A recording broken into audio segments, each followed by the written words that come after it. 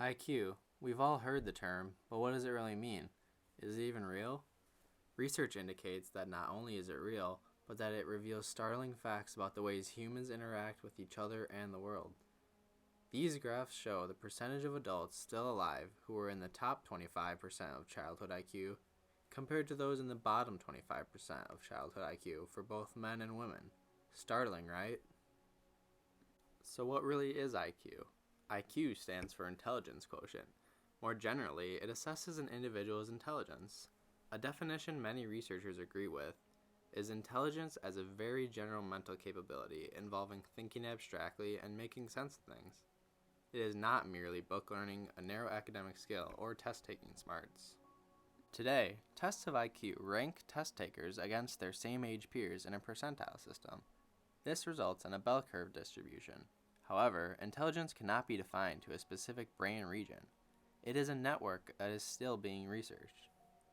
IQ is a proxy for what researchers call G, or the G factor, for general factor of intelligence.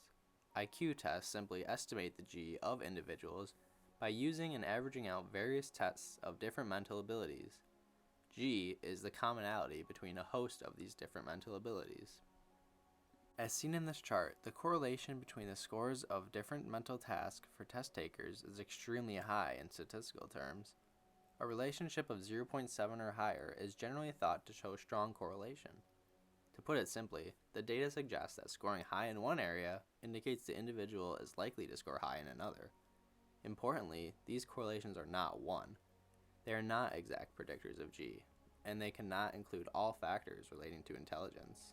But are IQ tests a fair way to assess intelligence?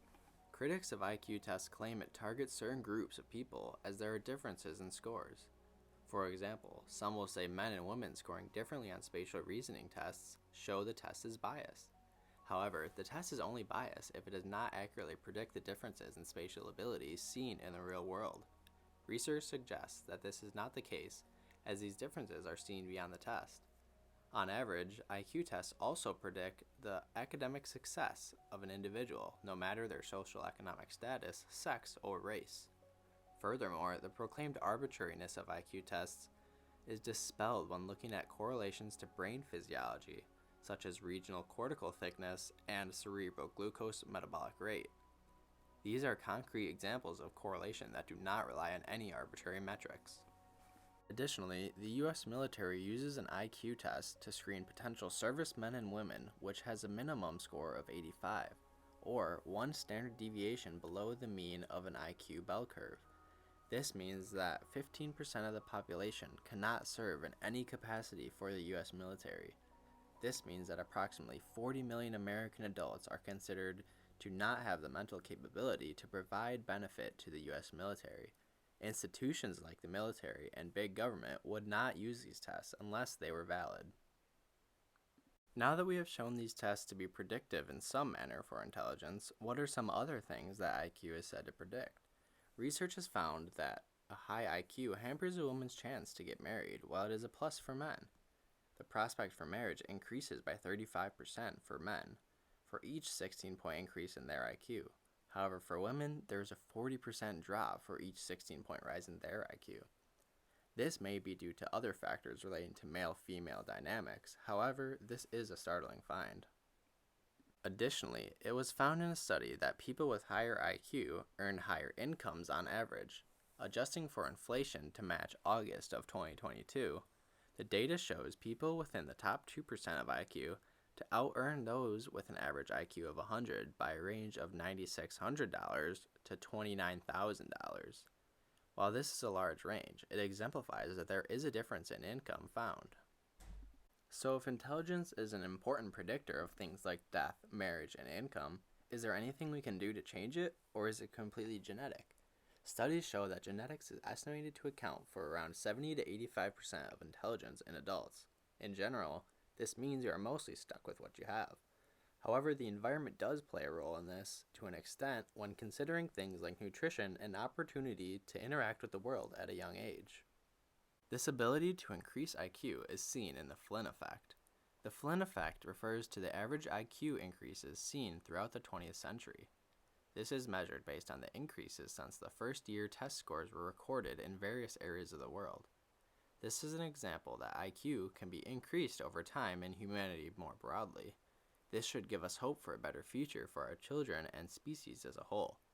Furthermore, this shows that the environment is likely to have a meaningful impact on IQ, as these increases were seen as working conditions, medical advancements, access to nutrition, and other environmental factors were improved.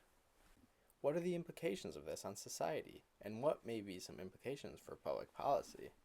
Certain movements of society misrepresent the interaction of social economic status with intelligence. Richard J. Hart gives a great explanation of this in his book, The Neuroscience of Intelligence. He explains, "Here is a common train of thought about the importance of SES. Higher income allows upward mobility, especially the ability to move from poor environments to better ones. Better neighborhoods typically include better schools and more resources to foster children's development so that children now have many advantages. If the children have high intelligence and greater academic and economic success, it could be concluded that higher SES was the key factor driving this chain of events. However, here's an alternative train of thought. Generally, people with higher intelligence get jobs that require more of the G factor, and these jobs tend to pay more money. There are many factors involved, but empirical research shows G is the single strongest predictive factor for obtaining high-paying jobs that require complex thinking. Higher income allows upward mobility, especially the ability to move from poor environments to better ones. This often includes better schools and more resources to foster children's development so that children now have many advantages. If the children have high intelligence and greater academic success and economic success, it could be concluded that higher parental intelligence was the key factor in driving this chain of events, due in large part to the strong genetic influences on intelligence." This should not be controversial. However, many wish to deny the evidence that points to intelligence, and therefore success and social status, to be at least somewhat inherited. Resistance against the mounting truth of evidence is seated in the desire for fairness. Justifiably, it raises deeper philosophical and moral questions. Why would God create people with different born abilities that they cannot change, such as intelligence, if it predicts so much in relation to success? Why would children whose parents are low in social economic status also be dealt a bad hand, on average, with a lower IQ, since it is genetic? Questions like this are painfully difficult to answer, and have been used as disgusting moral justifications for movements like eugenics and ethnic cleansings. However, they need to be answered and assessed, so that public policy is informed in its decision-making. Establishing that each human life is equal is the first step. This could allow us to not follow eugenics and similar theories that corrupt human thinking. These questions are far too complex to answer in this video. However, thinking about them can give us unique ways to solve public debate. For example, does the government or society have a responsibility to assist people born into a low IQ through no fault of their own?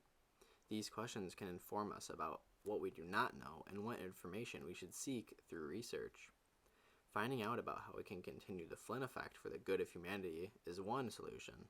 Additionally, refining our understanding of how genetics and the environment play a role will help us find the truth of the matter. The ultimate goal should be to increase the quality of life for all and ensure humanity as a whole will benefit.